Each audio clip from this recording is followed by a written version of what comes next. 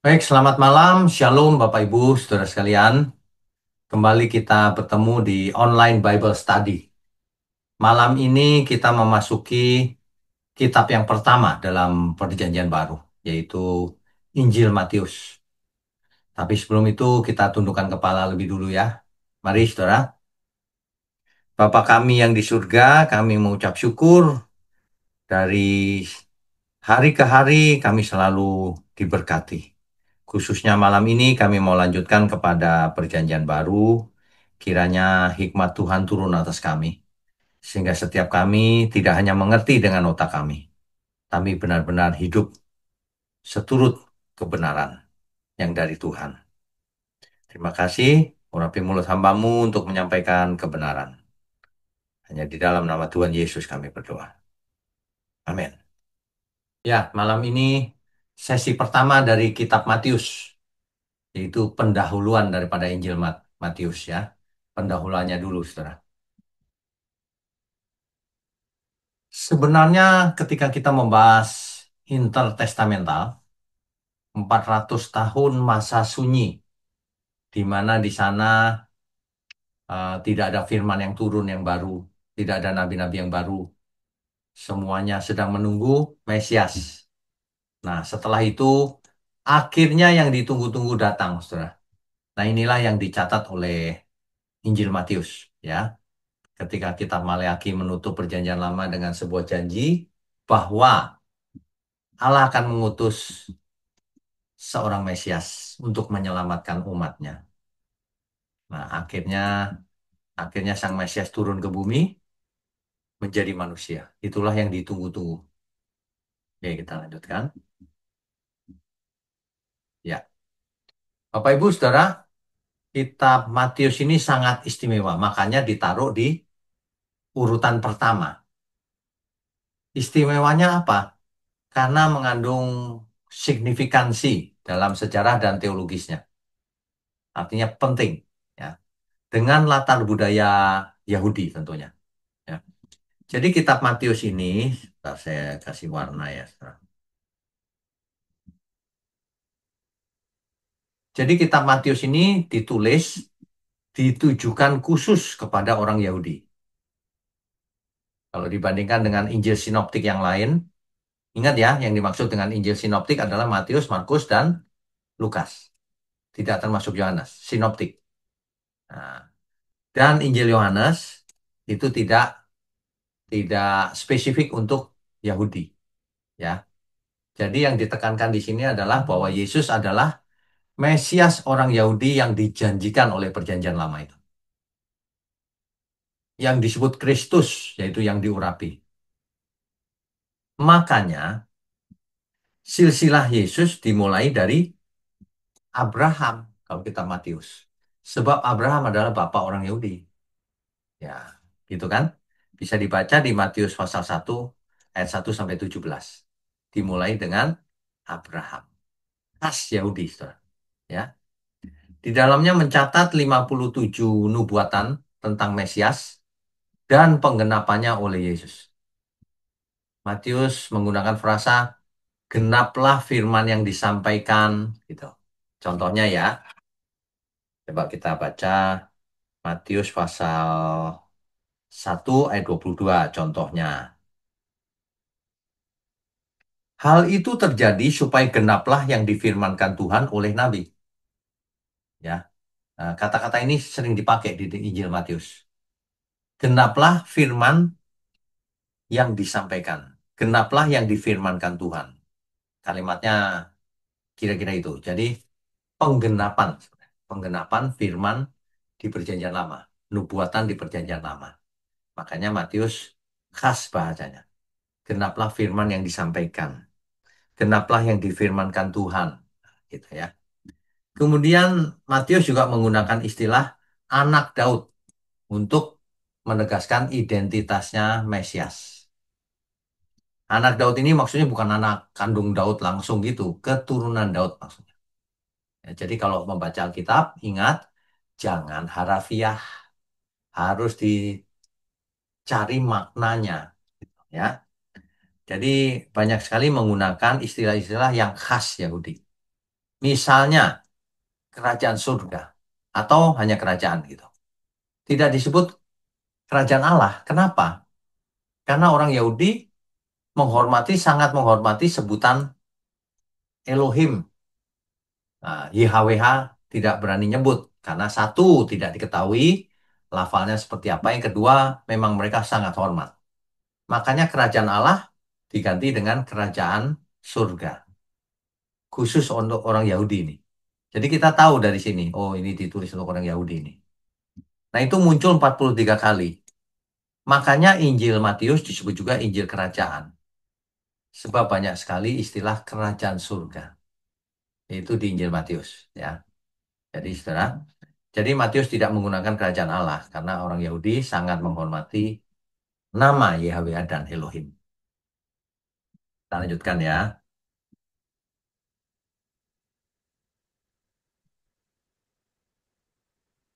Ya. Nah, penggenapan nubuatan tentang Mesias. Ada 57 nubuatan minimal ya. Matius menulis penggenapan nubuatan secara rinci. Lebih banyak dibanding Markus. Jadi paling banyak nubuatannya ada di Matius. Nah. Jadi kok dibandingkan dengan Markus, Markus hanya mencatat sekitar 30 penggenapan nubuatan tentang Mesias. Tapi kalau Matius 57, lebih banyak membahas nubuatannya. Ya. Nah, saudara, siapa penulis kitab Matius? Meskipun penulisnya tidak disebut secara eksplisit di dalam kitab Matius itu sendiri, tetapi sejak gereja mula-mula, para pemimpin gereja percaya bahwa penulisnya adalah Matius, yang disebut juga dengan Lewi. Di Lukas 5 ayat 27 sampai 32 disebutkan namanya Lewi. Jadi namanya bisa Matius, bisa Lewi. Sama aja itu, dua itu. Di zaman itu kan kita menjumpai ada satu orang punya banyak nama kan. Nah itu ya. Matius ini adalah pemungut cukai. Kita tahu di pembahasan yang lalu bahwa pemungut cukai sangat tidak disukai oleh rakyat. Karena ia memungut lebih, tidak jujur, membela Romawi yang penjajah gitu. Ya, dari Kapernaum. Kapernaum itu kotanya Tuhan Yesus. Saudara. Ketika Yesus mengambilnya sebagai murid. Matius 10 ayat 3 dan Matius 9 ayat 9 sampai 13. Coba kita baca Matius 9 ayat 9, Saudara. Matius 9 ayat 9. Nah, ini dia. Setelah Yesus pergi dari situ, ia melihat seorang yang bernama Matius duduk di rumah cukai. Lalu ia berkata kepadanya, "Ikutlah aku." Maka berdirilah Matius lalu mengikut dia. Ini Matius yang ini, Saudara, penulisnya. Ya. Nah, kisah yang ditulis oleh Matius ini mencakup 30 tahun. Kisah 30 tahun. Jadi sekitar tahun 4 sebelum Masehi sampai sekitar 30 Masehi. Ketika Raja Herodes mati tahun 4 sebelum Masehi, karena Herodes memerintahkan pembunuhan kepada bayi di bawah 2 tahun, maka kemungkinan Yesus lahir sekitar 6 sebelum Masehi. Ya. Kenapa? Karena Herodes mati tahun 4 sebelum Masehi. Sedangkan Herodes mengeluarkan perintah untuk membunuh bayi yang umurnya di bawah 2 tahun. Jadi kemungkinan Yesus lahir sekitar 6 sebelum Masehi. Tidak mungkin Yesus ketika itu lebih dari 2 tahun umurnya. Tidak mungkin. Nah, gitu maksudnya. Jelas ya? Oke, kita lanjutkan. Nah, saudara, isi kitab tadi sudah disebut sebenarnya. Jadi meliputi kisah sekitar tahun 4 sebelum Masehi sampai 30 Masehi. Sedangkan Yesus diperkirakan lahir sekitar 6 sebelum Masehi. Kenapa? Karena Herodes matinya 4 sebelum Masehi. Jadi konteks sejarahnya itulah masa sulit ketika Yesus masih bayi atau anak-anak. Ya, Herodes memerintahkan pembunuhan kepada bayi. Sebab ia takut seorang raja akan lahir. Gitu. Ya. Nah, soal penulisannya, Bapak Ibu. Penulisan sebelum kejatuhan Bait Suci, ya. Bait Suci kan dihancurkan tahun 70 Masehi itu, Bait Allah, ya, oleh Roma. Nah, eh, jadi waktu penulisannya pasti sekitar 50 sampai 70 Masehi, sekitar itu. Kenapa? Karena Tuhan Yesus menubuatkan bahwa Bait Allah itu akan hancur. Bapak Ibu Saudara bisa mengerti nggak? Tuhan Yesus ketika itu Bait Allah masih berdiri, Tuhan Yesus menubuatkan bahwa Bait Allah ini akan hancur. Artinya apa? Artinya terjadinya sebelum Bait Allah itu hancur. Nah, dianalisa mungkin sekitar antara 50 sampai 70 Masehi. Ya, meskipun tidak bisa dipastikan angkanya berapa. Tapi pasti sebelum keruntuhan Bait Allah atau Bait Suci. Ya. Nah, bahasa yang digunakan untuk menulis kitab Matius, buktinya seluruh manuskrip Perjanjian Baru yang ada saat ini ditulis dalam bahasa Yunani Koine. Ya. Jadi, semua kitab Perjanjian Baru, manuskripnya dalam bentuk tulisan Yunani Koine. Gitu. Nah, meskipun ada dugaan bahwa pada mulanya Injil Matius ditulis dalam bahasa Ibrani, pada mulanya itu dugaan, saudara. Sebab tidak diketemukan sama sekali manuskripnya. Tetapi pendapat ini tidak didukung oleh manuskrip manapun. Nah, ada kelompok yang percaya bahwa itu ditulis dalam bahasa Ibrani. Kenapa? Karena sekaligus mereka mau membenarkan bahwa namanya YHWH disebut Yahweh. Padahal seluruh perjanjian baru bahasa Yunani Koine. Seandainya ditulis dalam bahasa Ibrani pun, bahasa Ibraninya belum ada tanda baca, tanda hidupnya. Tidak mungkin berbunyi Yahweh. Pasti bunyinya Yod He Waw He saja. Yang dipanggil, disebut, diganti oleh orang Ibrani, orang Yahudi. Karena tidak berani diganti dengan Adonai, Tuanku. Kan begitu kan? Supaya sopan. Nah gitu, jadi nggak boleh maksa kita. Nggak ada bukti ya sudah. Seandainya ada pun kan tidak ada huruf hidupnya. Nah, oke. Nah, pesan inti dari kitab Matius, fokus yang pertama yaitu bahwa Yesus itulah Raja yang benar dan Mesias yang dijanjikan oleh kitab suci.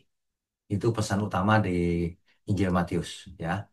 Sejak awal bahkan sudah ditekankan dari pasal 1 ayat 1 bahwa Yesus Kristus, karena gelarnya Kristus, itulah Mesias, adalah anak Daud, anak Abraham, gitu ya. Kenapa disebut Abraham? Ditulis untuk orang Yahudi. Anak Daud sesuai nubuatan, keturunan Daud. Disebut Kristus yang diurapi. Gitu ya. Artinya Yesus adalah Mesias Yahudi yang dinubuatkan perjanjian lama. Tetapi di akhir kesimpulan kitab itu, ternyata Yesus juga Mesias untuk semua kaum di muka bumi. 28 ayat 19. Ya. Jadi kalau ada orang yang mengatakan Yesus hanya untuk orang Yahudi, salah. Dia nggak baca sampai akhir kali. Bacanya ayat 1 doang. Kalau bacanya sampai akhir, pasti tahu. Coba kita baca ya. Matius 28 ayat 19. Karena itu, pergilah, jadikanlah semua bangsa muridku dan baptislah mereka dalam nama Bapa dan Anak dan Roh Kudus. Loh, saudara, ya kan? Jadi memang keselamatan untuk semua kaum di muka bumi. Sama persis dengan yang dijanjikan kepada Abraham. Oke, kita lanjutkan.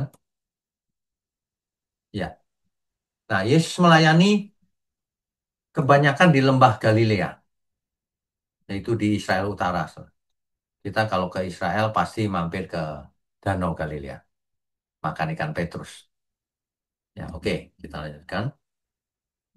Ya, saudara, kalau ada di antara teman-teman saudara yang tidak mengerti, lalu mempermasalahkan, kok Injil itu kontradiksi satu sama lain? Nah, misalnya gini, saudara. Matius pasal 1 Ayat 1 sampai 17 kan cerita tentang silsilahnya Tuhan Yesus. Lukas juga kan, tapi beda loh silsilahnya. Kok bisa? Apakah salah? Nah, penjelasannya sederhana saja kok.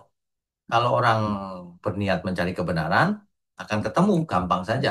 Tapi kalau orang negatif, wah salah itu gitu, ya. Tapi orang yang negatif pasti tidak diberkati. Karena hal sederhana aja nggak mengerti akhirnya.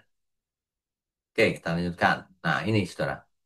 Matius 1 ayat 1 sampai 17 itu tentang silsilah Yesus Kristus, anak Daud, anak Abraham. Ya, ada bedanya, saudara. Sudah nanti baca deh.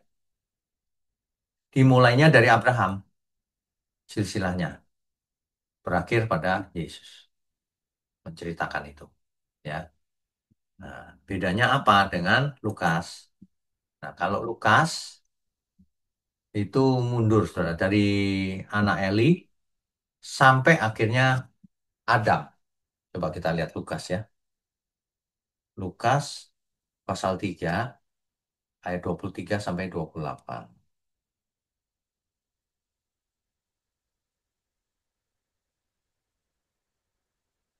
Ya. Ini kan disebutkan anak Yusuf, anak Eli. Nah, orang yang nggak mengerti loh, salah ini gitu ya. Tapi coba kita perhatikan baik-baik. Di ayat 38-nya Adam, saudara. Jadi Lukas silsilahnya dari Adam, sedangkan Matius silsilahnya dimulai dari Abraham, ya. Terus ke bawahnya beda. Nah, apa yang terjadi? Coba kita lihat. Ya, rupanya Matius memulainya dari Abraham. Abraham terus turun-temurun sampai kepada Daud, terus turun-temurun sampai kepada Salomo, dan akhirnya sampai pada Yusuf. Yusuf sebagai ayah secara hukum di bumi. Padahal Yesus bukan anak Yusuf sebenarnya, secara hukum aja, ya. Nah, bedanya dengan Lukas, kalau Lukas mulainya dari Adam, terus, akhirnya sampai Abraham. Sama di sini Abraham. Terus setelah Abraham, Daud masih sama. Setelah Daud, Nathan. Nah, ini beda jalur. Nah, kenapa? Rupanya kalau Matius mengutamakan dari pihak laki-lakinya Yusuf, ya. Sedangkan Lukas jalurnya melalui Nathan. Kan Nathan dan Salomo sama-sama anak Daud, ya.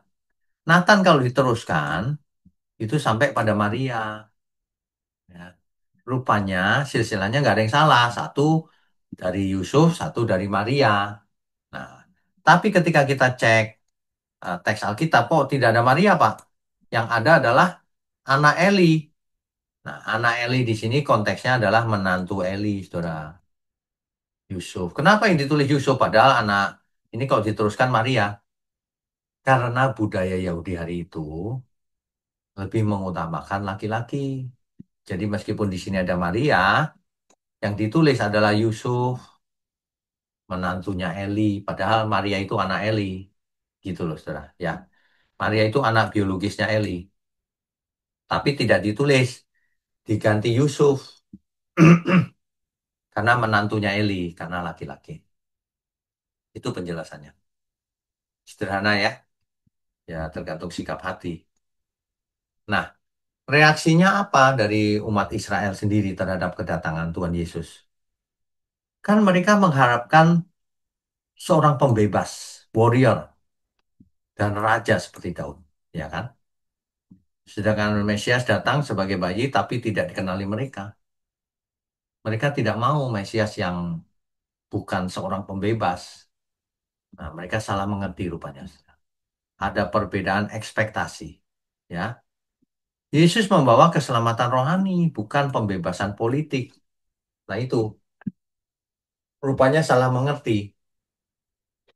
Yesus ingin menyelamatkan manusia dari perbudakan dosa.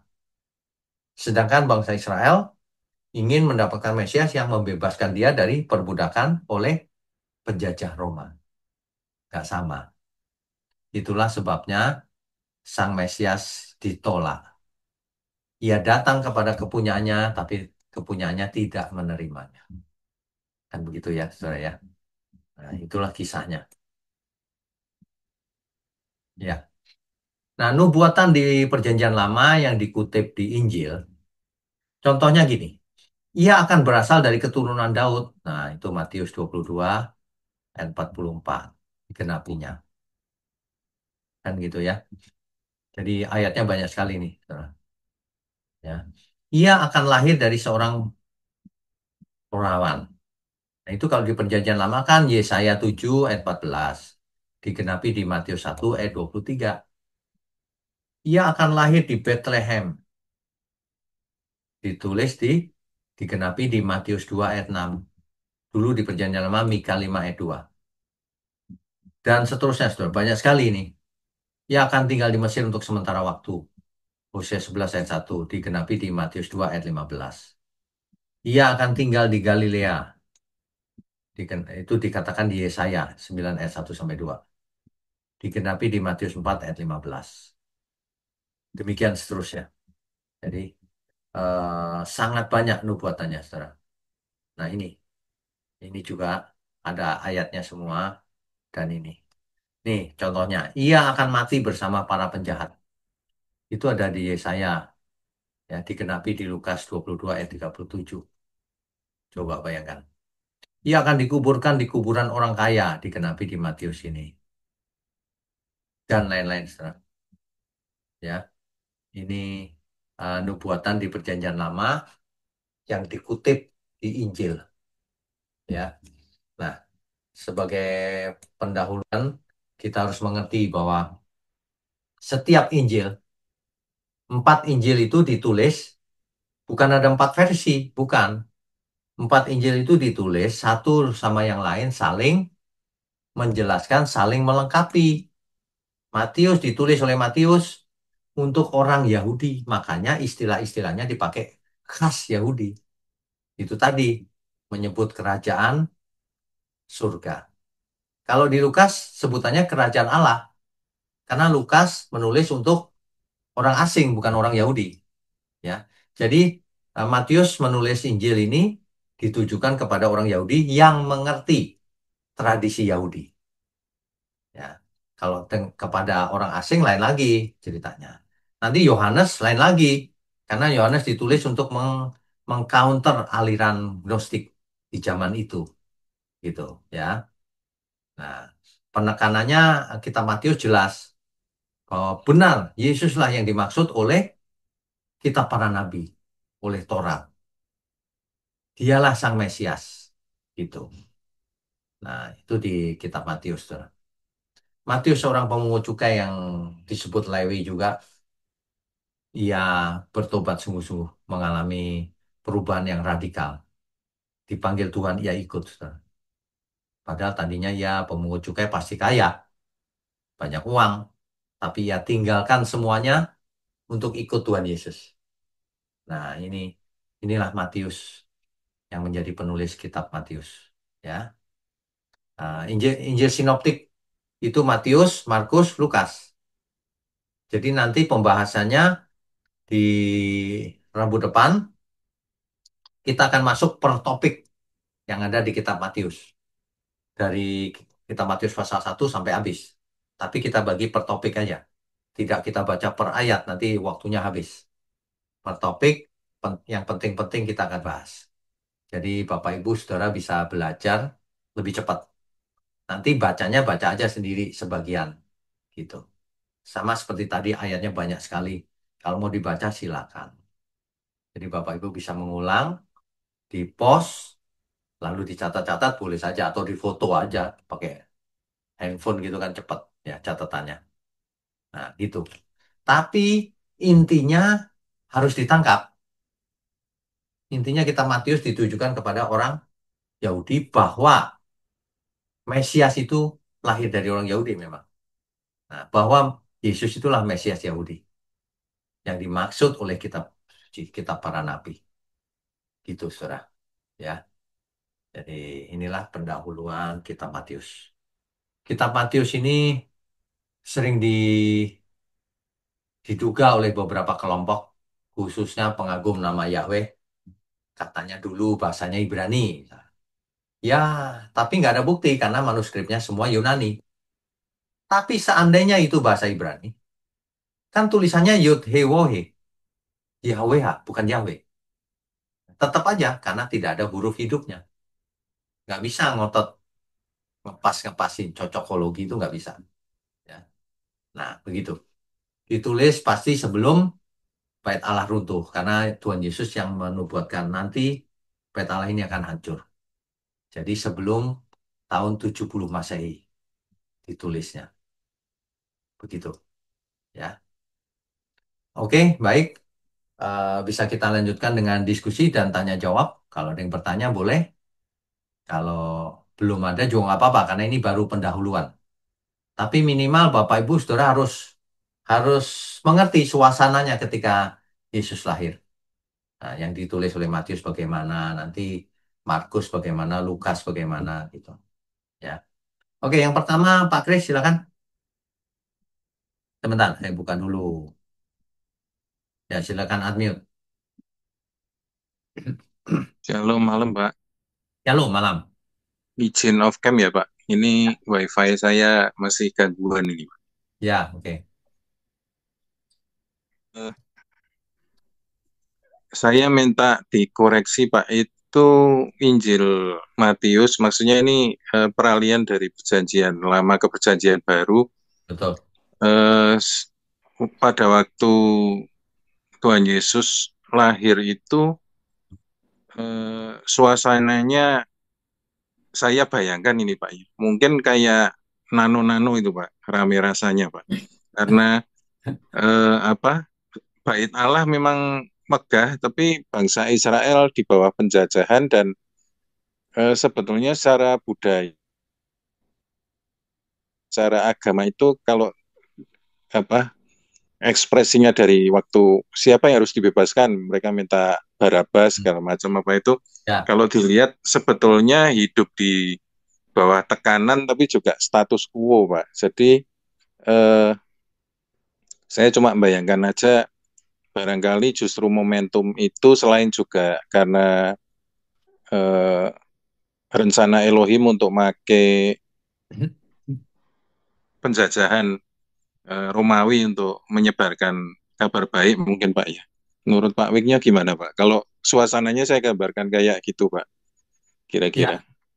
itu benar juga, Pak. Jadi Kekaisaran Roma kan membangun juga jalan-jalan infrastruktur sehingga nanti Rasul Paulus bisa menginjil kemana-mana dengan mudah melalui jalur-jalur ini perdagangan yang dibangun oleh Roma. Itu benar. Hari itu suasananya kita bisa bayangkan ya. Penjajahnya Roma, bahasanya Yunani, ada Aram, kemudian kelompok agama ada Saduki, ada Farisi, ada Eseni, ada Zelot, macam-macam gak karuan gitu. Nah, tapi disitulah di tengah-tengah itu Mesias lahir.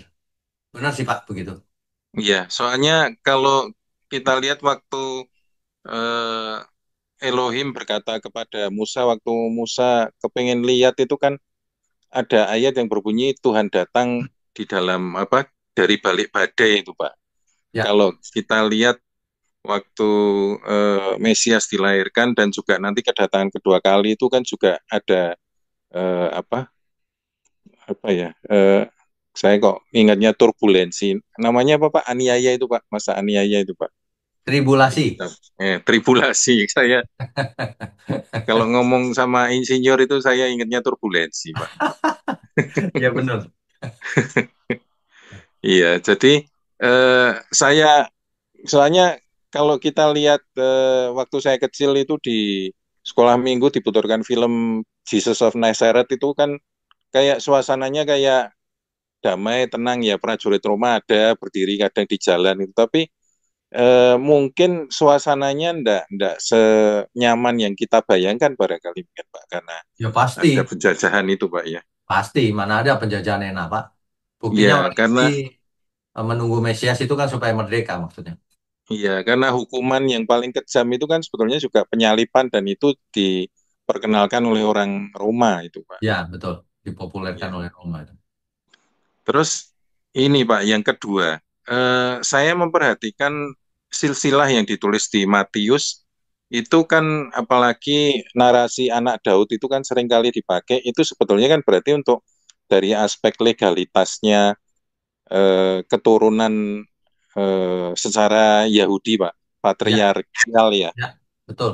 Kalau yang di Lukas itu dari sisi Maria. Ya, Tapi kalau dilihat dari silsilahnya yang di Injil Matius itu paling enggak nama yang disebutkan dalam silsilah itu minimal dua saya lihat itu nama yang dituliskan di Alkitab perbuatannya jahat di mata eh, Tuhan dan Tuhan menolak. Itu dari keturunan mulai dari Salomo ke bawah itu kan saya lihat paling enggak di silsilah itu ada dua nama itu Pak yang perbuatannya jahat di mata Tuhan. ya, Dan sebetulnya di Injil Matius juga ditulis kalau Tuhan Yesus itu lahir dari Roh Kudus. Jadi sebetulnya secara biologis Yusuf itu bukan ayahnya, sebetulnya ya, kan itu, Pak. betul. Ya, Jadi saya seperti melihat seolah-olah kayak ya ini legalnya dipenuhi, ini disebutkan silsilahnya secara keturunan garis ayah, tapi sebetulnya kalau dilihat ayat setelah itu kan malaikat Gabriel memberi tahu kepada Maria, lalu kan ketahuan kalau di situ kalau sebetulnya ayah kandung dari Tuhan Yesus bukan Yusuf gitu, Pak. ya, benar. Jadi, Jadi hmm, seperti kalau dibuka silsilahnya itu dari keturunan garis ayah, tapi padahal ayahnya bukan Yusuf, tapi dari Elohim sendiri kan itu, Pak. betul, betul. Ada Ya, dua nama yang jelas ditolak. Kalau yang di Lukas itu seolah kayak menunjukkan yang sama kalau malaikat diberi kabar, nah ini garis keturunannya silsilahnya Maria. Jadi seolah-olah kayak nubuatannya anak Daud dipenuhi, tapi ini dari keturunan ibunya yang disebutkan nama-nama itu tidak ada cacat. Maksudnya ditolak oleh Allah atau apa. Eh, dan saya melihat itu yang tadi Pak Wignyo terangkan itu ya sebetulnya karena pemirsanya berbeda, jadi apa sudut pandangnya menjelaskannya juga berbeda, Pak. Kalau kalau ya, menurut Pak Wignyo gimana, Pak? ya, ya memang begitu. Beda itu bukan berarti salah atau beda maksudnya, bukan. Yang satu kan dari jalur ayahnya Yusuf, secara Iya, secara biologis, secara hukum aja di bumi, ya. iya, Yang satu dari Maria, itu aja sih, nggak ada beda. Semuanya iya, dari manapun tetap keturunan Daud, kan Daud ujungnya.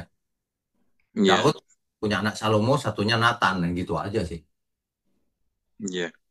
Dan ternyata bukan kebetulan berarti dari garis keturunan di atasnya Maria itu Nggak ada belum yang cacat. ada tercatat riwayat yang ditolak oleh Tuhan karena Ya. kejahatannya.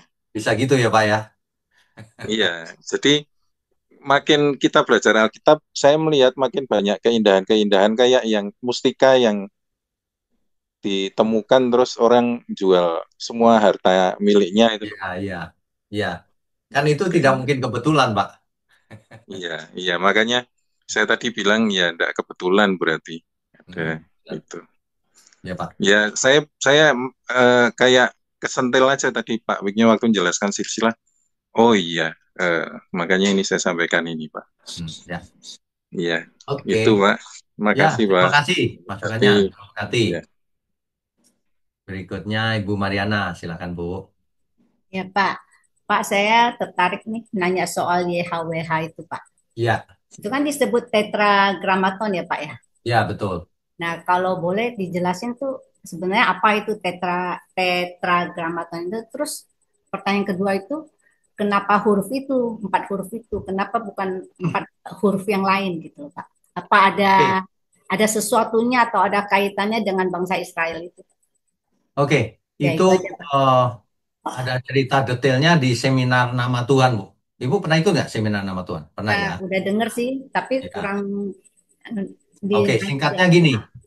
Ketika Musa diutus oleh Tuhan, Musa bertanya gini, nanti kalau bangsa Israel menanyakan namamu bagaimana? Bagaimana tentang namamu? Lalu jawab Tuhan, Aku adalah aku. Ehyeh, eser, ehyeh. Jawabannya itu loh. Nah, tapi satu satu ayat setelah itu muncullah huruf YHWH. Hmm. Nanti di ayat yang lain berkata, itulah namaku turun-temurun selama-lamanya. YHWH, Yud He Waw He. Nah, itulah yang dimasalahkan oleh banyak orang.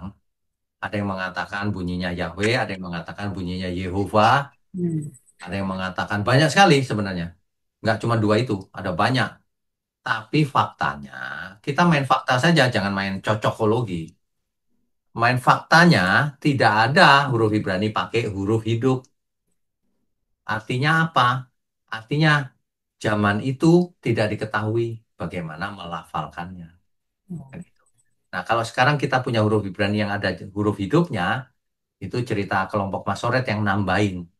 Kenapa? Supaya generasi berikutnya tidak salah baca. Nah, khusus YHWH ditambahkan huruf hidup di situ bukan untuk dibaca, tapi dipindahkan dari huruf hidupnya Adonai. Hmm. Taruh di situ di YHWH. Huruf hidupnya Adonai taruh di situ, bunyinya jadi supaya dibaca Adonai, gitu doang. Tapi banyak orang yang nggak mengerti baca apa adanya literal, bunyinya Yahweh, akhirnya jadi Yehova, kan gitu. Itu ada ceritanya tuh nanti. Itu Pak, jadi dua-duanya salah itu. YHWH itu artinya aku adalah aku ya, Pak? Bisa dikatakan gitu. Aku adalah aku bisa. Jadi eh nanti bisa di itu Bu, bisa dibahas Nonton tentang nonton bahasa ini Ibraninya. yang Biar nama-nama jelas. itu ya, Pak. Saya udah Ya, dengar ya. sih sekilas, Pak. Hmm. Heeh, ya. Ya. Nanti akan ada pembahasan tuh sampai kesimpulannya ternyata apa sih gitu. Ya. Nah, Pak, itu kan sampai hari ini orang Israel tuh tidak mengucapkannya, Pak ya. Ya, Lalu kenapa dipertahankan ya, Pak? apa yang dipertahankan? Itu huruf empat huruf itu. Karena teks Alkitab pakai empat huruf itu. Di Perjanjian Lama hurufnya itu Bu, empat huruf suci itu. Kalau Nggak diterjemahkan ke bahasa dirubah-rubah. Indonesia, jadinya apa tuh ya, Pak? Yang Tuhan huruf besar semua. Tuhan. Oh, ya, Bukan jadi Tuhan biasa yang T-nya besar ya, tapi semuanya huruf besar. Nah ya, itu ya, teks ya. aslinya Yahweh itu. Nah, tapi Kenapa di bahasa dipakai huruf besar Indonesia, T? Pak, Kenapa kalau di bahasa dipakai Indonesia, Tuhan huruf besar semua? Kenapa? hmm, Karena dibaca Adonai. Adonai itu artinya hmm, Tuhan. Tuhan itu Tuhan. Gitu. kalau di bahasa Indonesia bisa diterjemahkan, tapi kalau di bahasa Ibraninya tetap ditulis seperti itu ya, Pak, ya, dan dibacanya beda ya, Pak. Dibacanya Adonai. Ya, Iya. ya. Kalau teks asli nggak berani dikotak-kotak, Bu. Oh, ya. Ya itu Pak. Ya, Walaupun oke. nanti saya ini lagi deh untuk mengertinya memang harus pelan-pelan. Ya, pelan-pelan. Ya, Nggak ya apa-apa. Pak. Ikuti Ya saja itu aja. serinya sampai selesai, Bu. Nanti jelas. Ya Pak. Nanti saya ulang lagi. Ya. Oke. Makasih ya Ya, Pak. Om Ibu Meme, silakan. Halo Pak Wino, Halo, selamat malam. selamat malam. Suara saya kedengaran ya Pak ya, jelas ya? Ya, Ya, jelas. ya Pak, makasih Pak. Saya ada dua pertanyaan nih Pak. Ya. Yang pertama, mengapa ya Pak Yesus tidak menulis Injilnya sendiri ya Pak? Padahal ketika Yesus berinkarnasi kan dia dianggap sebagai nabi tuh ataupun manusia. Padahal nabi-nabi ataupun rasul-rasul menulis tentang Yesus ya Pak ya. Ya, pertanyaannya? Pertanyaannya mengapa Yesus tidak menulis Injilnya sendiri gitu? Oh, ya karena rencananya akan ditulis oleh para rasulnya. Bukan karena dia sebagai anak Allah ya. Ya, nggak nyambung dong. Karena Allah Oh, nulis ya. bisa. Hari itu, hari itu memang belum ditulis. Lagi pula para rasul nggak menulis langsung kan. Setelah berapa puluh tahun kemudian baru ditulis kisahnya. Oke, Pak, jelas. Yang kedua, Kan, ya Pak, misalnya contohnya kita Matius. Tuhan Yesus kan disalib sekitar 30 Masehi. Sedangkan kitab Matius ditulis sekitar 50 sampai 70 Masehi. Sekitar 20 tahun lebih baru ditulis. Makanya yang nulis bukan Yesus, tapi para rasul sendiri, saksi mata gitu. ya Pak, ngerti Pak. Ada lagi? Yang ya Pak, yang kedua Pak, ini yang Bapak jelaskan tadi itu Pak, pesan inti kitab Matius tuh. Ya, Tetapi di akhir kitab disimpulkan bahwa Yesus juga adalah Mesias semua kaum di muka bumi ya Pak, yang ya, seperti betul. tertulis Matius 28 ayat 19. Ya, Nah, yang berbunyi, karena itu pergilah jadikanlah semua bangsa muridku dan baptislah mereka dalam nama Bapa dan Anak Roh Kudus dan ya. Roh Kudus. Pertanyaan saya Pak, apa sih perbedaannya baptisan air dengan Roh Kudus ya Pak? Oh, oke. Itu pernah saya khotbahkan juga, judulnya Baptisan Roh Kudus. Kalau baptisan air jelas, manusia dicelupkan ke air lalu keluar lagi kan dari air. Ya, Nah, itu kan lambang saja, lambang itu, ya. Sedangkan baptisan Roh Kudus tidak terlihat. Kalau baptisan air kelihatan basah. Kalau baptisan Roh Kudus tidak terlihat langsung, tetapi kita bisa lihat apakah seseorang ini sedang tenggelam dalam baptisan Roh Kudus atau tidak. Sebab kalau seseorang tenggelam dalam baptisan Roh Kudus, artinya ia hidup dalam pimpinan Roh Kudus. Gitu. Nah, itu tapi arti itu menuju ke karakter Yesus ya Pak ya? pasti, pasti Oke, oke, oke. searah, itu searah, Iya, iya. gitu, ya. Itu Jadi, sederhananya begitu iya, iya penjelasannya. Pak. Hmm. Jadi kalau kita uh, mau diangkat sebagai murid Yesus, harus dibaptis air dulu Pak, atau enggak ya Pak ya? Baptisan air adalah perintah Tuhan Yesus sendiri suruh supaya kita semua dibaptis. Jadi kita ikuti saja. Tapi itu enggak menyelamatkan ya Pak ya? Ya, ada orang yang dibaptis tapi tidak bertobat. Nah, bagaimana mau selamat? Iya. Tapi Ya. kok di gereja-gereja itu yang seperti itu yang terpenting gitu loh Pak. Baptisan penting karena itu awal dari komitmen seseorang mau bertobat kan. Aku mau ikut Tuhan. Nah, gitu. Tapi Oh. kalau ternyata tidak bertobat ya nggak selamat. Kalau bertobat ya selamat. Baptisan itu penting memang sebagai tanda komitmen dari kita. Gitu. Tapi kalau enggak, maksud saya kalau pendeta-pendeta enggak anjurkan itu untuk pertobatan, gimana ya Pak? Apa kita boleh ngambil baptisan air juga? Boleh. Baptisan air harus. Oh, Ikut saja baptisan air. Setelah itu belajar yang benar. ya. Lakukan kehendak Tuhan. Lakukan firman Tuhan gitu. So, maksudnya ketika kita dibaptis supaya kita bertobat, komitmen kita sama Tuhan lah gitu ya Pak ya. Ya, ya. Oh iya iya ya, ngerti Pak, iya ya. Hmm.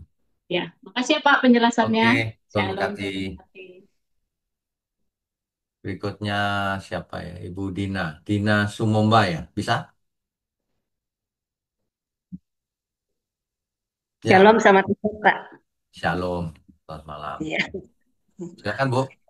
Izin ini Pak, Iya, ya. semoga Silakan. tanya. Hmm. Maaf Pak, mungkin pertanyaan saya ini kayak kurang berkualitas atau apa bagaimana Pak? Cuma saya penasaran. Setiap Begini pertanyaan Pak, itu bagus, Bu, ini kan pasti.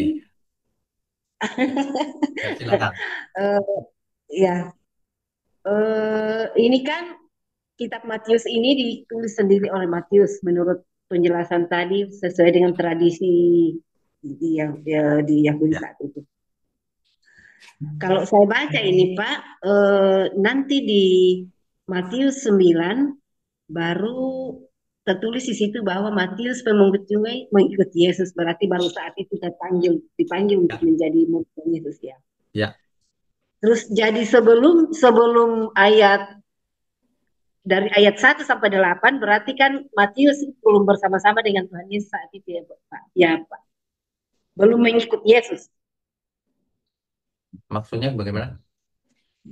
Matius 1 sampai 8 itu berarti Matius belum mengikuti Yesus satu saat itu karena nanti di Matius 9 baru ada tertulis di bahwa Matius terpanggil dipanggil oleh Tuhan Yesus. Jadi Oh, berarti itu maksudnya gitu. mungkin dengar dari cerita kah atau bagaimana Pak ini? Begini, Bu. Iya, Injil Matius ini ditulis sekitar tahun 50 sampai 70 Masehi. Ketika Tuhan Yesus sudah naik ke surga. iya, Jelas ya? Nah, iya. Matius sedang cerita nih bahwa silsilahnya Tuhan Yesus tuh begini loh, begini, begini, begini. Jadi waktu Matius menulis, itu dia sudah jadi rasul, bahkan Tuhan Yesus saja sudah naik ke surga. Nah, dia cuma Hmm, mau cerita dari awal. Gini loh, silsilahnya begini. Waktu itu Tuhan Yesus begini lahir, begini, gini, gini. Nah, makanya di ayat 9, pasal 9, barulah iya. dia cerita tentang dirinya. Jadi, jadi pertanyaan tadi itu nggak apa ya, nggak pas juga ya. Karena ditulis ini tahun 50 sampai 70 Masehi. Jadi Hmm, Tuhan Yesus pun sudah naik ke surga. Matius pun oh, sudah jadi rasul kan. iya. Jelas, Oh, jelas Bu. Berarti, ini berarti waktu penulisan ini tidak tidak merta pada saat itu dia bersama-sama dengan Tuhan Yesus yang dia Oh tulis lagi. enggak. Iya, Pak. Jadi bukan Makanya waktu bersama Tuhan Yesus ditulis, nanti ngapain ditulis lagi, bukan. iya, Pak. Iya. Ini ditulis Makanya saya kemudian. makanya Ya. saya bilang mungkin tidak berkualitas pertanyaan saya, Pak. Enggak Bu, banyak orang nanya begitu juga kok, nggak apa-apa. Iya. Itu saja Bu. Iya, Pak. Terima kasih Oke, lagi. ya Tuhan berkati. Berikutnya Pak Mulyono, silakan Pak. Hmm, malam Pak Wisnu. Selamat malam. Eh, Menarik nih karena kita mulai belajar mengenai Tuhan kita Yesus Kristus ini Pak. Ya, Eh, saya ingin tahu ya pada waktu itu kan penjajahan Roma kan Pak, ya, zaman itu. ya, Berarti Roma kan sudah mengalahkan Yunani kan gitu ya. ya, betul. Nah tapi kok yang dipakai bahasa Yunani Pak, bukan bahasa Roma? Ya, karena Kenapa Pak? bahasa Yunani sudah terlanjur jadi bahasa internasional Pak, bahasa Hmm, resmi di mana-mana. Jadi kayak bahasa meskipun Inggris sekarang ya bedanya, Pak ya? kenapa? Kayak bahasa Inggris sekarang berarti. Ya, ayo, bagaimana gantinya?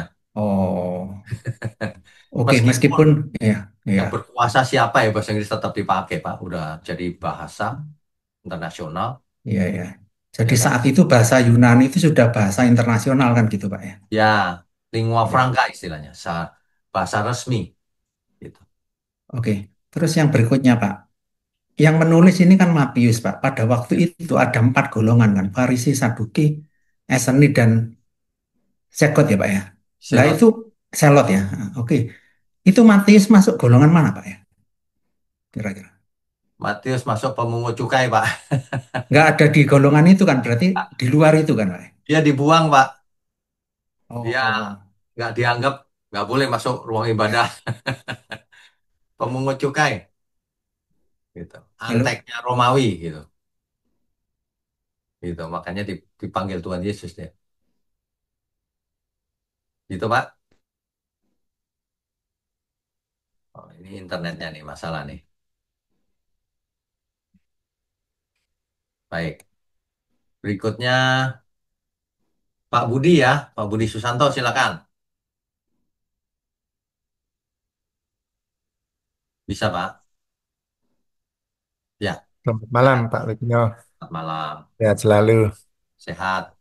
Ya, saya mau tanya, pada waktu apa nubuat tentang juru selamat, eh, apakah sejak awalnya tidak dijelaskan secara jelas kepada bangsa Israel bahwa yang juru selamat itu maksudnya juru selamat itu menyelamatkan ya dari sisi rohani, bukan dari sisi hal-hal yang duniawi. Soalnya ketika sampai di perjanjian baru ini, orang Farisi sendiri yang ahlinya kitab kok nggak tahu tujuannya atau maksudnya nubuat juru selamat itu apa nanti tugasnya. Sampai di level Yohanes Pembaptis saja kan tanya, menyuruh muridnya kepada Tuhan Yesus, engkaukah yang akan kami apa yang akan kami tunggu ataukah yang lain? Nah itu penjelasannya gimana itu, Pak? Baik. Apakah hanya sekedar juru selamat, juru selamat, juru selamat, tapi maksudnya itu tidak secara konkret gitu loh. Ya. Itu aja. Terima kasih, Pak. Ya, baik. Di perjanjian lama, segala sesuatunya itu diartikan hampir selalu harafiah, Pak. Yang namanya kutuk itu nggak punya anak, eh, kusta, nah yang begitu-begitu. Selalu cenderung harafiah. Makanya mereka berpikir secara harafiah. Mujizat harafiah. Kelihatan gitu kan mujizatnya. Nah, itu. Nah, sampailah mereka pada titik di mana Mereka ditekan oleh Romawi, jadi mereka mengharapkan Mesias itu seperti itu. Nah, sayang sekali memang Tuhan Yesus tidak seperti itu, jadi mereka menolak. Itu reaksi hari itu, mereka sebenarnya mungkin mengerti, Pak. Tapi menolak juga. Sama seperti zaman sekarang nih, Pak. Memangnya kita tidak tahu Tuhan Yesus itu Tuhan? Tahu kan? Buktinya masih buat dosa banyak orang. Gimana penjelasannya? Lo kan tahu. Kalau buat dosa masuk neraka kan tahu. Kok tetap buat dosa? Nah itu Pak. Itu yang jadi pertanyaan besar tuh. Ya, yang Oh, kedua, tapi mengapa ketika Tuhan Yesus menjelaskan ketika bicara sama perempuan Samaria, ya, dia ngomong, tahu bahwa akulah Mesias. Tapi ya, sama beberapa murid, tapi justru kenapa Tuhan Yesus mencegah mereka untuk tidak bicara atau mempopulerkan bahwa dia Mesias, padahal itu yang ditunggu-tunggu kan? ya. Karena belum waktunya Pak. Belum waktunya itu begini maksudnya. Kalau itu diumumkan dia Mesias, dan orang-orang ada yang percaya, orang-orang mencari dia karena mujizat.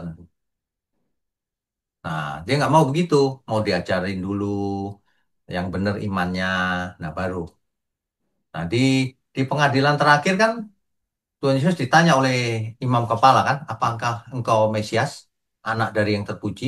Akulah dia. Udah ngaku tuh, jelas, eksplisit. Nah, waktu itu Tuhan Yesus tidak mau orang cari dia hanya karena mau cari mujizat. Itu dicatat tuh. Kamu cari aku, cari mujizat, mau melihat tanda-tanda. Waduh, maka kamu percaya. Tapi Tuhan Yesus tidak memberikan dirinya kepada orang-orang seperti itu. Tuhan nggak mau orang cari dia karena mujizat, karena percaya, bukan karena mujizat. Iya. Karena memang mau percaya gitu loh. Jadi eh, contohnya ini Pak, Yohanes pasal 2 ayat 23 dan 24. Saya bacakan aja ya. Dan sementara ia di Yerusalem selama hari raya Paskah, banyak orang percaya dalam namanya karena mereka telah melihat tanda-tanda yang diadakannya. Banyak orang percaya karena melihat mujizat. Ayat 24-nya apa sikap Tuhan Yesus? Tetapi Yesus sendiri tidak mempercayakan dirinya kepada mereka karena ia mengenal mereka semua. Mereka cuma cari mujizat. Iya. Iya. Gitu Pak. Iya. Ya. Baik, Gitu. terima kasih Oke, penjelasannya Pak Rukman. terima kasih. Berikutnya Pak Epenius, silakan Pak. Halo, selamat selamat malam, Pak Selamat dosen malam. dan kita semua. Silakan. Eh, saya langsung saja, Pak dosen. Ya, Pertanyaan saya, kami benar-benar melayani Tuhan Yesus, padahal masih putar-putar di yang perjanjian lama sesuai dengan Bapak dosen penjelasan itu. Saya ikuti. ya. Seperti itu pertanyaannya. Seolah-olah melayani Tuhan Yesus atau pelayanan yang Tuhan Yesus melayani, padahal masih. Oh, baik, baik. Ya. Jadi jadi begini, kalau kita mau ikut Tuhan Yesus, kita harus mengikuti ajarannya. Jangan mau ikut Tuhan Yesus tapi masih hukumnya hukum Taurat yang sudah dibatalkan oleh Tuhan Yesus. Nah, ini banyak orang nggak mengerti soalnya. Penyebab utamanya orang tidak mengerti. Ketika saya bicara Taurat dibatalkan, marah-marah orang. Padahal Alkitab yang bicara, Efesus 2 ayat 15. Ya, di Galatia dikatakan bahwa kamu lepas dari Kristus jika hidup masih mengharapkan kebenaran oleh hukum Taurat. Gitu loh. Jangan hidup menurut Taurat. Makanya zaman sekarang, kalau ngaku Kristen, jangan hidup menurut Taurat. Hidup menurut kasih karunia-Nya Tuhan. Injil. Gitu, Pak. Jadi jangan berhenti di perjanjian lama. Perjanjian lama tetap dipelajari sebagai latar belakang. Nah, kebenarannya, puncaknya ada di perjanjian baru. Makanya di kitab Matius dikatakan, supaya genaplah apa yang dikatakan oleh firman Tuhan. Nah, gitu loh. Penggenapannya di perjanjian baru. Jadi kita harus hidup dengan standar perjanjian baru. Gitu, Pak. Eh, yang kedua, padahal mereka memang sudah baca dari Matius sampai Wahyu. Tapi bicara begitu terus ini. Ya, Ya, Ya. Nah, membaca kan bukan berarti mengerti, Pak. Banyak orang Ya, membaca Alkitab sudah 10 kali, 20 kali, 30 kali, tapi kalau nggak mengerti kan percuma juga. Banyak orang sekolah teologi, tapi kalau nggak mengerti kan bisa saja, Pak. Yang penting pengertiannya, gitu ya. berarti tidak mengerti juga, tapi saya sudah melayani itu sesuai dengan pelayanan Tuhan ini yang harus Nggak bagaimana apa-apa, ya? begini. Kalau pengertiannya belum lengkap, tapi melayani Tuhan dengan tulus, ya nggak apa-apa. Tapi jangan melayani Tuhan karena Iya. ada maksud tertentu, apalagi karena uang. Nah, ya, kalau itu jangan gitu. Berarti orang seperti itu bagaimana, Pak Rosen? Berarti kalau orang salah mengerti, pelayanannya tidak maksimal, Pak. Nggak Ya, maksimal karena tidak mengerti apa yang Tuhan maksud, gitu. Ya, terima kasih Pak Rosen. Tuhan memberkati. ya Tuhan berkati. Bu Ivon, silakan. Ya, ya malam Pak. Malam, malam. Ah, begini, kalau Tuhan Yesus datang itu kan 100% Tuhan, 100% manusia ya Pak. Maksudnya Jadi tolong dijelaskan. 100% Tuhan, 100% manusia itu bagaimana? dia Tuhan, tapi uh, juga menjelma jadi manusia, bukan menjelma bagaimana, tapi jadi manusia Pak, untuk bisa menyelamatkan kita Pak. Jadi bisa Ya, berdosa Pak. jadi dia Tuhan apa manusia? Ya itu bingung Pak. Ya, Oke, oke. Saya jelaskan dengan kalimat sederhana ya. ya, Tuhan Yesus itu bersama Bapa di surga. Nah, karena sudah genap waktunya, Bapak mengutus putra tunggalnya, anak tunggalnya turun ke bumi. Turun ke bumi, rohnya masuk ke rahim Maria, oleh Roh Kudus menjadi janin. Artinya terjadi inkarnasi. Roh Tuhan Yesus masuk ke rahim Maria menjadi bayi manusia. Menjadi manusia. Ya, Tuhan menjadi manusia. Dalam segala hal disamakan dengan kita. Nah, gitu. Jelas ya?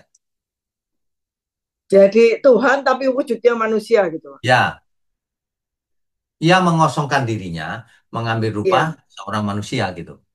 Menjelma jadi manusia gitu aja deh dalam bahasa sederhananya. Iya, tapi berarti enggak bisa berdosa apa bisa berdosa, Pak, dalam hal ini. Kalau Kalau dia manusia, berubah, ya, kalau dia manusia, kalau nggak bisa berdosa, lalu ngapain? Dicobai iblis iya, pura-pura. iya, Ayo, iya, iya. ngapain dicobain Ini iblis? ada Nah, sesuatu yang dimatikan, Pak, bukan dimatikan, dikosongkan. dikosongkan. Iya. Kan di Filipi disebut ia mengosongkan diri, mengambil rupa seorang hamba. Dikosongkan, jadi kemuliaannya dikosongkan dulu, kayak manusia biasa gitu. Oh iya, karena saya ditanya loh, Tuhan kok bisa berdosa? Bagaimana? Kak, Loh, maksudnya bisa berbuat, bisa kemungkinan berbuat dosa. loh, lah kan mengosongkan diri. Baca nggak kau mengosongkan diri? Tanya gitu ke orangnya. Kau, kau percaya nggak Alkitab benar? Ceritanya mengosongkan diri.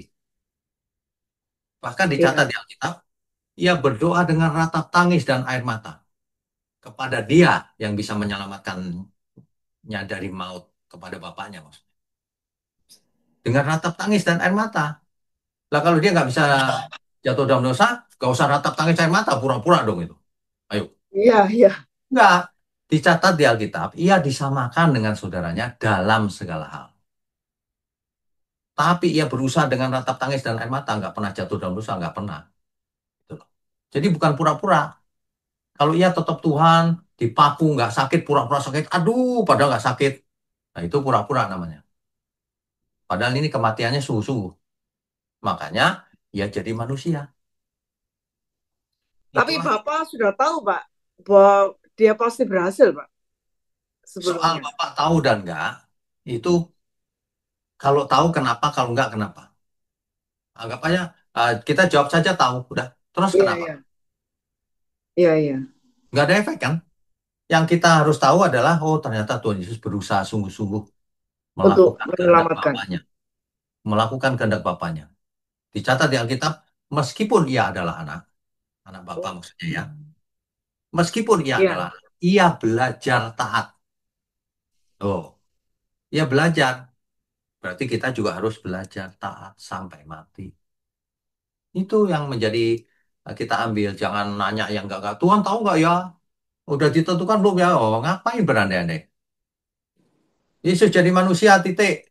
Manusia bisa sakit nggak? Sakit. Digebukin sakit, sakit. Memang manusia. Kalau mau jatuh dalam dosa bisa nggak? Bisa, tapi dia tidak mau jatuh dalam dosa. Nah, gitu, Jok. Nanti Iya. pertanyaan-pertanyaan yang nggak mengerti itu, Tuhan kok bisa jatuh dalam dosa lo? Iya, Nah, saya ditanya ya, Pak. bahkan jadi manusia. Jawab aja Iya. gitu. Iya, Sekarang begini, Yesus Maha tahu nggak? Maha tahu. Enggak. Buktinya apa? Oh, Alkitab ketika seorang perempuan pegang jubahnya, Tuhan tahu nggak? Seorang perempuan yang... oh iya, iya, enggak tahu. Nah, Dia iya. tanya siapa? Nah, iya. Iya, Ayo, iya, iya, gimana? Pura-pura nggak iya, tahu. iya, iya, iya. Makanya jangan pakai pikiran sendiri, pakai Alkitab. Kenapa dia tidak tahu? Ya karena lagi jadi manusia. Mengosongkan dirinya. Dia nanya sama murid, siapa tadi yang pegang jubahku? Ah, gitu kan. Karena Tuhan Iya, iya, merasa ada kuasa yang keluar nih. Gitu. Ah, gitu. Jelas iya, ya? iya. Iya. Jadi seperti kita dia dipimpin oleh Roh Kudus, Pak. Oh ya jelas dong. Dipimpin Roh Kudus. Dan dia taat. Kita juga dipimpin Roh Kudus. Taat apa enggak? Nah itu yang kita harus usahakan. Tuhan Yesus saja dengan ratap tangis dan air mata mempersembahkan doa kepada Dia yang bisa menyelamatkannya dari maut. Kalimatnya begitu, ya. Iya, Nanti berikutnya gini, Tuhan kok takut? Lah memang dia jadi manusia sampai peluhnya seperti darah. Ayo, pokoknya kalau orang nggak ngerti bahwa dia jadi manusia, udah percuma ngomong. Tuhan kok makan, Tuhan kok minum. Nah, gitu-gitu itu pertanyaannya itu konyol-konyol begitu itu. Padahal lagi jadi manusia, mengosongkan dirinya jadi manusia. Manusia ya makan, minum, ya tidur, ya bisa sakit, bisa berbuat dosa, tapi dia tidak mau buat dosa, tidak pernah buat dosa, karena dia tahu dia disetting jadi Mesias. Gitu, Bu. iya, Pak. Terima kasih, Pak. Oke, Tuhan berkati. Tuhan berkati. Berikutnya, Pak Rafli, silakan. Ya, selamat malam Pak Wiknyo.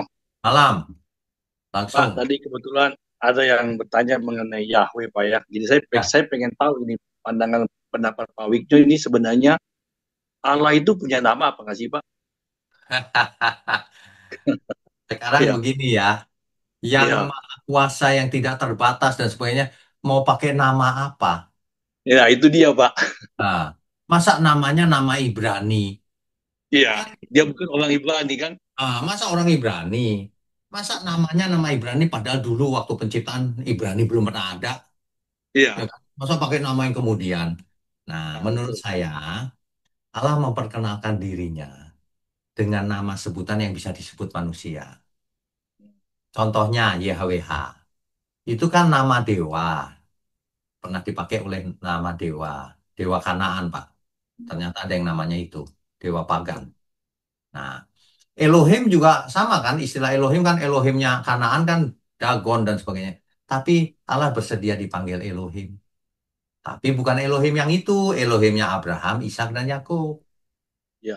Nah, YHWH-nya yang mana? Bukan YHWH-nya orang-orang Kanaan itu. YHWH-nya Abraham, Ishak dan Yakub. Gitu, Pak. Makanya waktu ditanya Musa, jawabannya bukan namaku ini bukan. Iya, Ya, betul. asal ya. Eser Ehye, betul. Iya, gitu loh. Nah, itu sama dengan nama Tuhan Yesus. Nama Yesus memang unik jauh sebelum Tuhan Yesus lahir. Sudah banyak nama Yesua. Ya, Yesua, Yehosua, Yosua, sama itu. Gitu, ya. ya. Jadi pada intinya bahwa memang Tuhan Allah kita itu sebenarnya nggak perlu pakai nama, Pak ya, karena nama itu kan diberikan kepada seseorang untuk membedakan, Pak ya. si Ya, A, si B, dan si C ya. Nah, ya, sementara Allah kita ini kan mungkin untuk membedakan dia dengan eloh-eloh apa ilah-ilah lain, Pak ya, sehingga ya, nama YHWH itu muncul. Tapi ya, pertanyaan saya, Pak, ini kan pasal 3 Tuhan baru menyebutkan nama dia di ayat 15, Pak. ya. Tetapi kalau kita melihat di pasal 3 ayat 1 itu sudah keluar YHWH, Pak. Ini bagaimana nih, Pak? Ini kan nama YHWH belum belum sebenarnya disebutkan oleh Yahweh sendiri, tetapi sudah ditulis Mak- oleh Musa bahwa YHWH itu ceritanya gimana, Pak itu, Pak? Maksudnya kejadian pasal 3. Ya, bukan keluaran pasal 3, Pak. Keluaran pasal 3, kenapa? Kan nama YHWH ini kan muncul di ayat Oh ya, 15, Pak. mengerti, mengerti, Betul kan? mengerti. Pak, jangankan keluaran, Pak. Kejadian saja sudah Kejadian muncul juga di sudah LBH. ada ya. Iya. Nah, jadi bagaimana penjelasannya? Nah, ini. Itu nanti saya mau jelaskan di seminar padahal. Waduh, seminar apa, Pak? Seminar nama Tuhan kan lagi berjalan nih, Pak. Oh, udah berjalan, Pak ya? Sudah berjalan, seri nama Tuhan sudah 6 sesi apa 8 sesi ini. Oke, Sudah, oke, Pak. Pak. Lihat di playlistnya GMM. Ya, jadi sebenarnya ini YHWH ini Tuhan sendiri yang memberi nama, Pak ya, bukan oleh Ya, orang Ibrani kan, Pak ya? betul. Tuhan sendiri yang memberi nama. Oke, Pak. Ya. Karena kalau kita dengar itu di banyak di metode itu, aduh, banyak yang bilang Tuhan itu nggak perlu pakai nama katanya. Kalau Macam lah, Tuhan Pak. nggak Oke, pakai Pak. nama, lalu kita manggilnya bagaimana? Iya, betul. Itu untuk Dalam hati membedakan aja dia aja gitu. dengan Allah-Allah lain, betul. Iya, Setuju, Pak.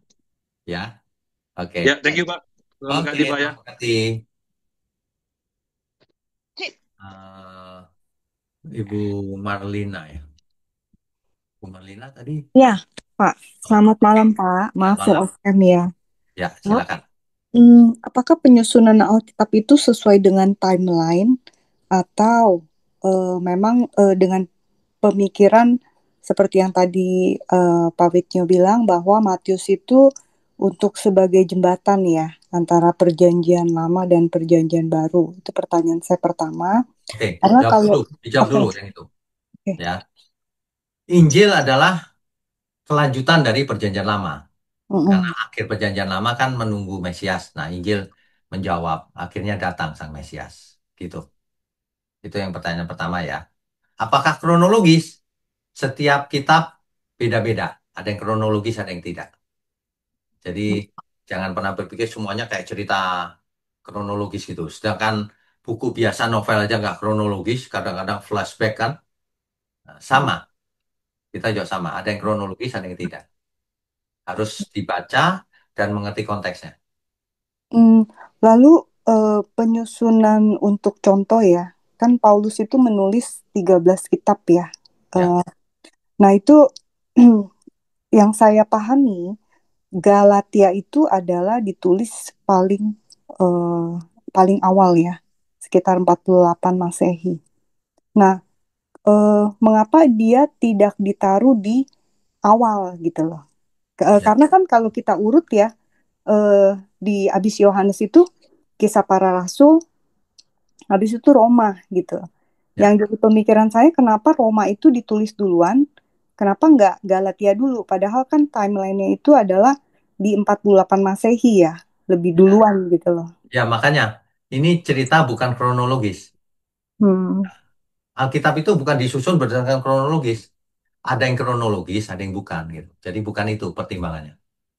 Kalau saya boleh tahu pertimbangan apa ya Pak dalam penyusunan Alkitab? Baik, dalam kanonisasi itu ada banyak pertimbangan Mm-mm. yang hari ini kita nggak dapat detailnya kalau tidak membongkar cerita kanonisasi itu. Tapi yang pasti, contohnya Matius. Mm-mm. Matius itu bukan yang pertama loh ditulis. Yang pertama itu justru Markus. Mm-mm. Jadi Markus ditulis lebih awal sebenarnya, tapi kenapa ditaruh di belakangan? Ya mungkin pertimbangan itu bahwa Matius untuk orang Yahudi. Mm-mm. Dan nubuatannya paling banyak ditulis digenapi di sana, mungkin itu. Ya, Jadi oke. di awal gereja mula-mula kan itu kanonisasi itu, di situ mungkin diskusi ya. Mm-mm. Gitu. Oke. Terus satu lagi boleh Pak terakhir? Boleh, boleh. Maaf ya Pak, saya Nggak karena apa-apa. belajar jadi pasti Nggak banyak apa-apa. bertanya. Terus satu lagi yang tadi pertanyaan tadi, saya pernah membaca gitu ya. Takutnya saya salah paham gitu kan. Jadi Ya, saya mau meluruskan yang tadi kenapa Yesus nggak menunjukkan diri ketika ini ya waktu pelayanan gitu kan. Tadi kan Pak Witnya bilang karena ya dia mau orang mencari dia bukan karena mujizat.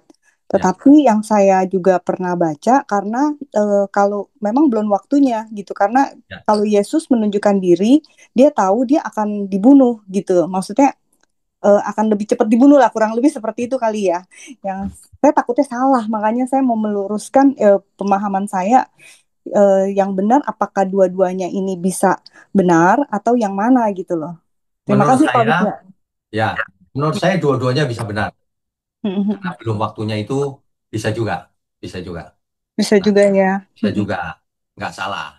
Tapi Oke. menurut saya lebih signifikan yang itu, yang Mhm. meleset kan. Orang cari Yesus karena mujizat, Mhm. meleset. Kayak zaman sekarang aja, mujizat dijual, terus orang cari gereja untuk mujizat tekanannya. Produk utamanya mujizat, salah itu. Mhm. Bangsa Israel melihat laut terbelah, bertobat nggak? Enggak, makanya bukan mujizat tekanannya, tapi kebenaran. Oke. Terima Makanya Tuhan kasih. itu nggak pernah jualan mujizat. Tuhan bicara apa? Akulah jalan, kebenaran dan hidup. Bukan akulah pembuat mujizat. Enggak gitu. Ya. Ini Bu Marlina ini yang di mana ya? Kenapa Pak? Bu Marlina ini yang tinggalnya di mana ya? Di kota mana? Oh, maaf Pak, saya baru ikut hari ini karena saya diundang Pak Ivan. Oh, Iya, saya baru ikut. Memang saya belajar Bible juga memang. Jadi oke. saya buat buat tambahan ya, karena Ya, kalau ya, kita belajar silakan. tuh mesti Ya, banyak silakan. belajar. Mm-mm. Dengan senang hati. Terima kasih ya Pak Witnya. Oke, Tuhan ikut terus berkati. ya. Ya, terima Kalau kasih. kalau ada pertanyaan bisa hubungi saya langsung. Oke Pak, terima Hmm, kasih. Oke, baik. Berikutnya Pak Flakos, silakan Pak. Selamat malam, Pak Pendeta. Selamat malam. Pak Pendeta, saya mau bertanya. Ya. Waktu Tuhan Yesus lahir itu di tahun tadi pandanya itu tahun 6 sebelum Masehi atau bagaimana, Pak? Ya, Dia lahir. sekitar sekitar 6 sebelum Masehi. Artinya apa? Artinya 5 sebelum Masehi mungkin bisa juga. Tapi kita main amannya 6 sebelum Masehi. Kenapa? Karena di tahun 4 sebelum Masehi Herodes mati. Herodes Agung mati. Padahal ia Oh, memerintahkan untuk bayi-bayi di bawah 2 tahun dibunuh. Nah, kemungkinan kan nggak mungkin Tuhan Yesus ketika perintah itu datang di atas 2 tahun. Pasti di bawahnya. Nah, gitu. berarti interval waktunya di antara 2 tahun itu ya setelah Ya, betul. Herodes Di mati. antara 2 tahun itu. Oh ya. Terus Pak, kalau Tuhan Yesus mati itu sekitar berapa tahun berapa itu Pak?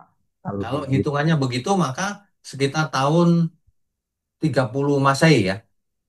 30. Hmm.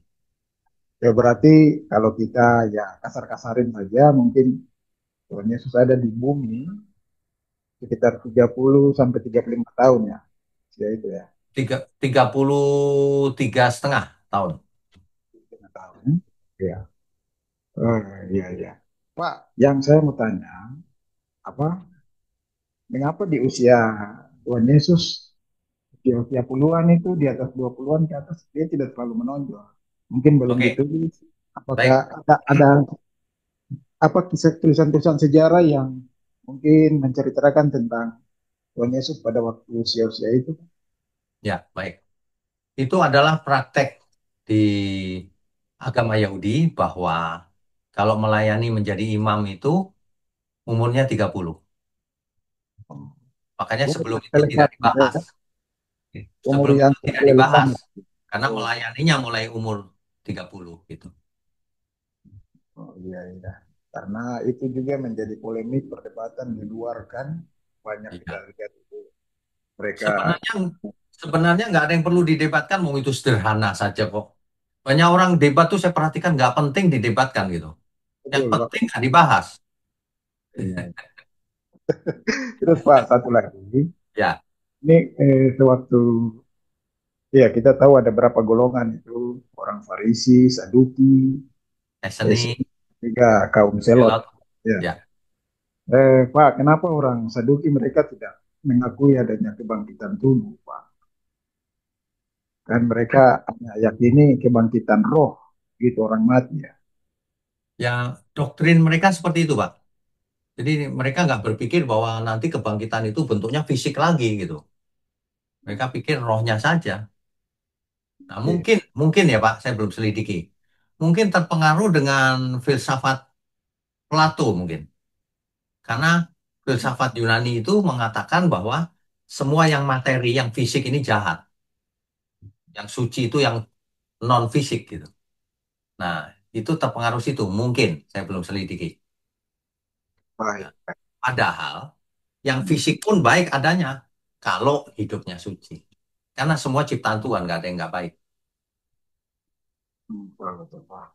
Ya, Jadi sayang sekali ya orang Yahudi mereka tidak menerima Mesias. Jadi Pak yang sekarang ini mereka masih menunggu kedatangan Mesias yang sesungguhnya menurut pemahaman mereka ya hingga saat yang ini.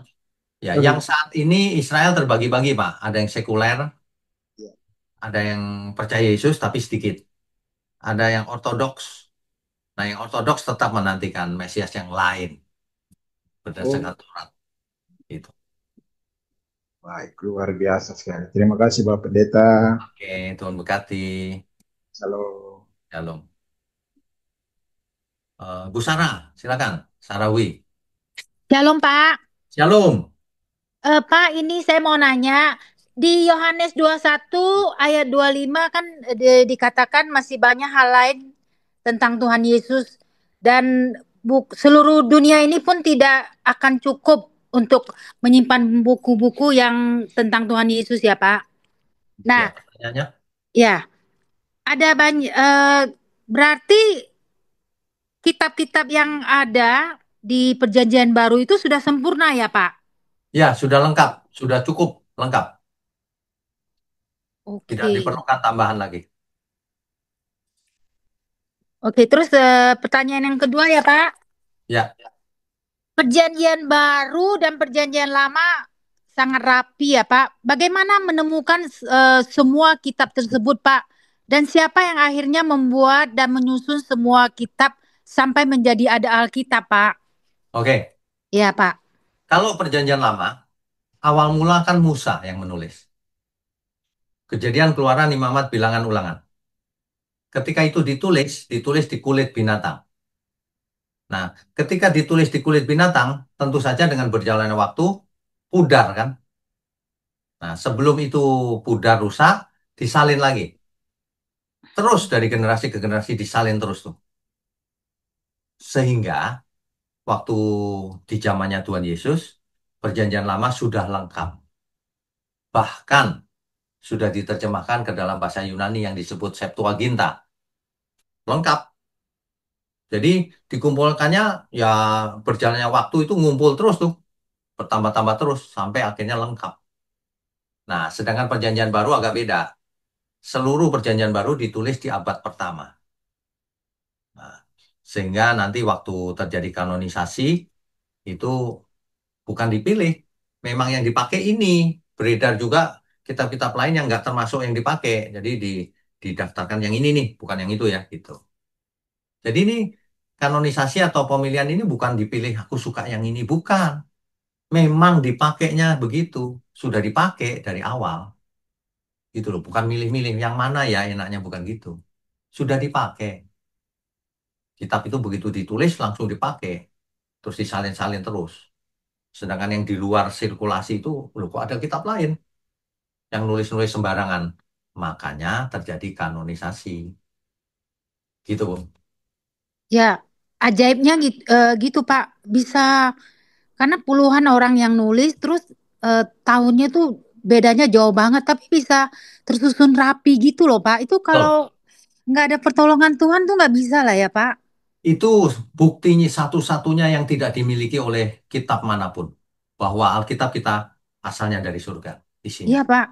Itu kalau dipikir Ditulis oleh secara lebih dari 40 penulis iya Pak. sepanjang 1.500 tahun. Bagaimana itu bisa selaras semua? Iya Pak. Kalau secara akal manusia tuh nggak Nggak masuk bisa. akal tuh Pak. Iya Pak. Setan aja nggak bisa niru, Bu. Iya. Ya, Hmm. oke. Ya Itu maaf Pak tadi ini karena internet saya nggak stable Pak. Jadi keluar masuk tadi kayak ketendang terus dari kelas Pak. Oh iya iya iya. Internetnya Iya, itu Bu. Itu internetnya. iya Pak. Masuk keluar gitu Pak. Hmm. Tapi saya ada ikutin dari terus masuk Pak. Ya, oke. Ya, oke. Terima kasih Pak. Tuhan Yesus Oke, memberkati. berarti Ya Pak. Amin. Ya. Pak Mulyono tadi sudah ya? Sudah tapi keputus, Pak. Oh, Saya iya iya belum tahu tadi jawabannya tadi tadi yang pertanyaannya apa Pak? yang Lewi itu masuk kelompok 4 kelompok yang mana, Pak? Oh, Matius maksudnya. Oh iya iya, Matius Matius. masuk kelompok pemungut cukai, Pak. Nggak ada Jadi yang mau di temenan luar sama dia. ya di luar 4 Dia kelompok itu ya, Pak. buangan, Ya? Pak. Dia buangan. Iya iya. Dianggap Terus alatnya pemerintah Roma. oke oke. Terus ini, Pak, kalau ditulisnya itu Matius itu kan 50 sampai 70 tahun Masehi kan, Pak. Ya, Berarti waktu nulis itu sudah tua ya, Pak ya, Matius ya? persisnya saya nggak tahu, tapi belum terlalu tua. Yang paling tua kan Yohanes di Pulau Patmos. Hmm, Seberapa tua nggak tahu. iya iya. Tapi itu kan sekitar 20 sampai 40 tahun setelah Tuhan Yesus naik ke surga. Iya, berarti umurnya udah sekitar bisa Kalau itu 60 70. kalau waktu direkrut masih umur 25 misalnya, 25 tambah 20 45 sampai 65 kira-kira itu. Hmm, oke oke.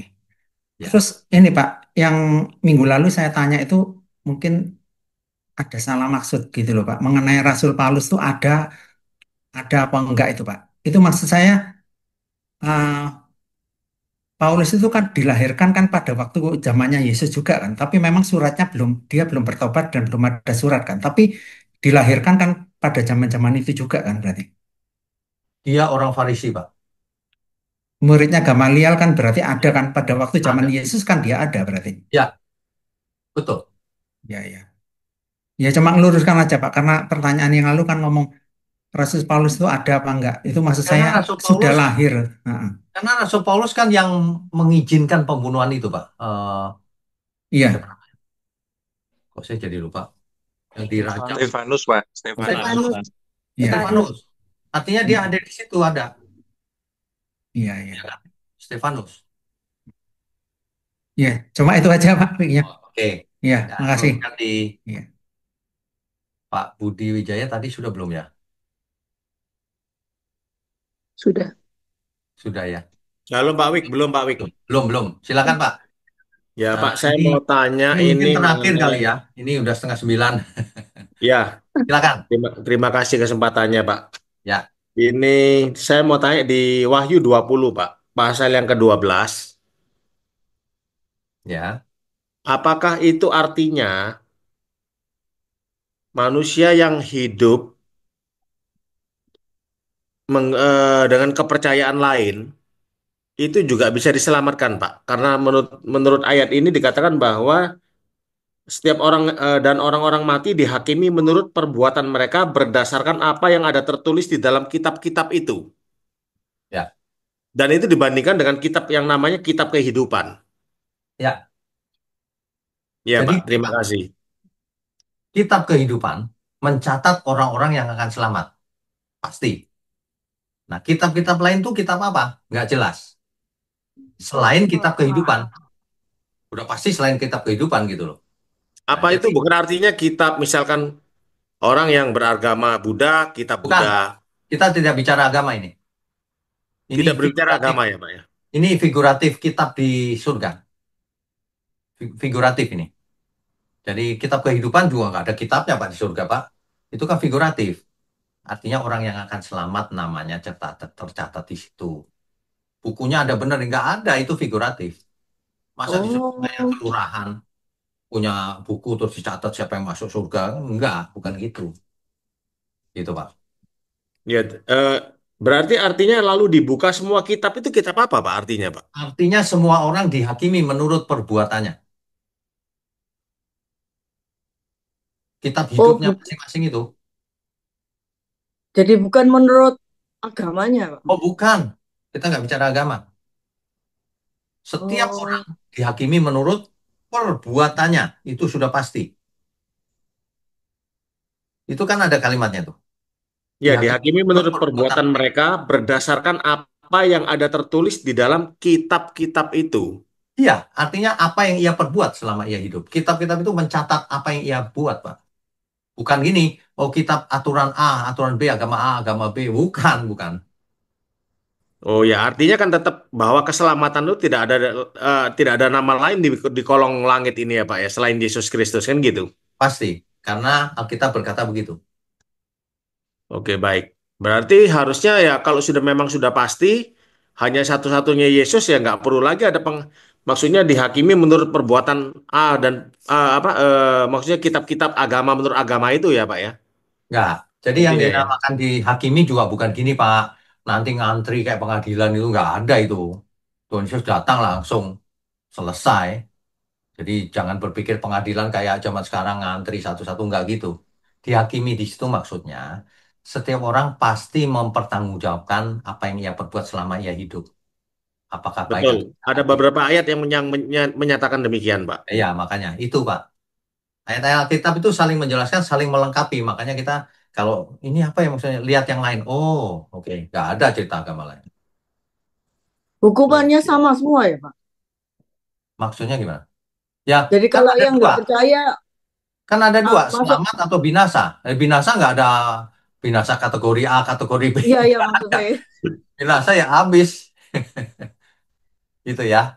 Berarti syaratnya cuma dua, Pak ya. Iman kepada Kristus dan Perbuatannya perbuatan. melakukan kehendak Tuhan. Ya, perbuatan dan iman itu ya, Pak ya. Berarti Iya, ya kan gitu. iman tanpa perbuatan bukan iman. Adalah mati, betul. Ya, betul. Gitu. Oke. Cuman begini Pak, orang salah mengerti. Kalau Tuhan Yesus nggak mati di kayu salib, semua orang binasa. Karena Kristus mati di kayu salib, maka ada penghakiman. Gitu. Penghakiman menurut perbuatan. Contohnya orang di Perjanjian Lama, nggak bisa dong dia dituntut dengan standar Injil. Injilnya aja belum ada. Nah, makanya ada di kitab Roma ditulis, yang punya kitab Taurat dihakimi menurut hukum Taurat. Yang tidak punya Taurat tapi melakukan hukum Taurat dihakimi menurut Taurat yang ada di hatinya itu. Iya, di Roma 2 itu, Pak. Betul. Ya, Roma 2 ayat 14, belasan lah. Ayat 14, betul. Nah, gitu Pak. Tapi bukan berarti ada keselamatan di luar Kristus, nggak ada. Hakimnya Tuhan Yesus kok. Ya. Ya. Oke, terima kasih Kitab banyak Pak Wi. kehidupan anak domba itu apa, Pak? Kitab kehidupan? Anak domba. Oh, oke. Itu nanti kapan-kapan dibahas khusus ya, agak panjang ceritanya. Oh iya, Pak. Iya, iya. Yang pasti gini, kitab kehidupan tuh orang yang ada di situ namanya selamat. Di kitab kehidupan anak domba, ya pasti selamat juga. Lalu bedanya apa? Nah, ada dua pendapat. Ini sama aja sebenarnya kitab ini. Atau beda. Kalau beda, artinya yang kitab kehidupan anak domba ini orang-orang yang percaya di dalam Tuhan Yesus. Yang setelah zaman Injil. Bisa juga gitu, namanya tafsir kan. Tapi intinya cuma ada dua, mau selamat atau binasa gitu aja. Ya. Iya, iya. Oke. Oke, saya rasa itu dulu ya. Maaf yang belum kebagian, udah lewat jamnya. Nanti sambung Rabu depan ya. Oke, kita kita tundukkan kepala yuk. Mari kita berdoa. Bapa di surga, terima kasih untuk malam hari ini. Kami semua diberkati, kami semua dicerahkan dan diberi hikmat. Terima kasih. Biarlah dari hari ke hari kami semakin berhikmat, semakin serupa dengan Tuhan Yesus. Jadi alat di tangan Tuhan. Terima kasih Tuhan Yesus. Terima kasih Tuhan. Terima kasih Tuhan Hanya Yesus. dalam nama Tuhan Yesus kami berdoa. Terima kasih Tuhan. Amin.